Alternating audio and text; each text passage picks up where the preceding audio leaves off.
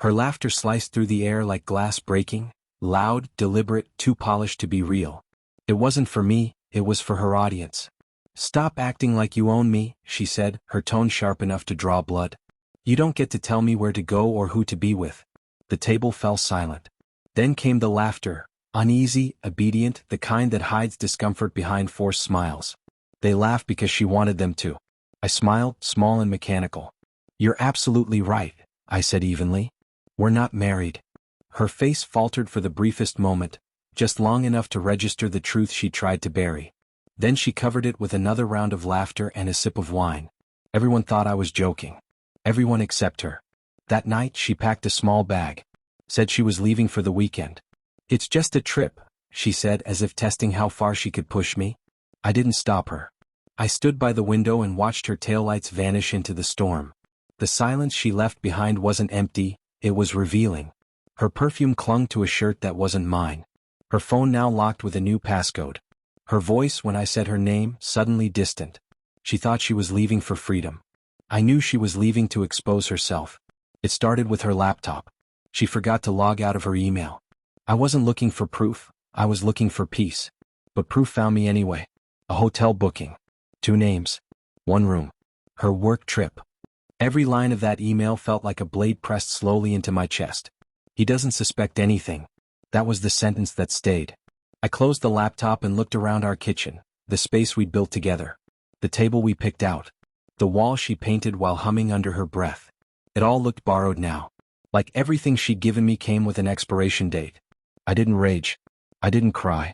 I simply wrote a note to myself. Do not react emotionally. React intelligently.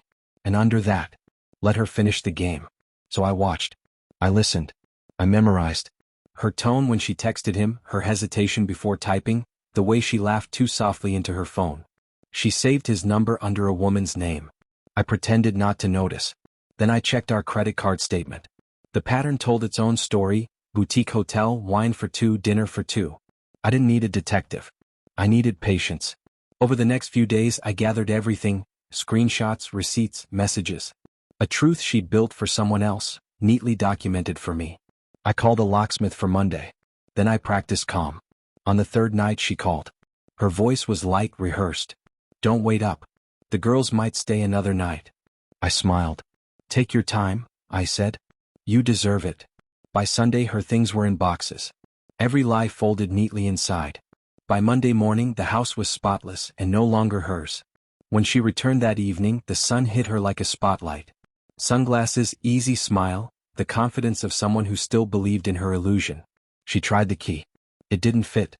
Confusion. Another try. Then she saw the boxes on the porch. Our neighbor glanced over. "He said to leave them there," he called out. "Your ex-husband said you'd understand." Her expression shattered. Shock, then realization, then the kind of fear that comes when the game ends and you realize you were never the one holding the cards. She called 17 times that night. Anger first. Then tears. Then apologies. I didn't answer. When she finally showed up again, I was outside. Calm. Grounded. "You changed the locks?" she asked, voice trembling. "Yes," I said. "You can't just." "I can." She froze. "You're right," I said. "I don't own you. And we're not married." The words hit her like a mirror turned back on her. "I made sure you're free," I continued. "Free to go anywhere. With anyone. That's what you wanted." Her eyes filled, but I felt nothing. Not anger. Not pity. Just relief, the stillness after a long, violent storm. She tried to explain, but explanations were currency that no longer held value. I walked past her, locked the gate, and left her standing there. That night the house exhaled. No perfume. No lies. Just silence. I sat where she used to sit and realized something I hadn't before. I didn't miss her.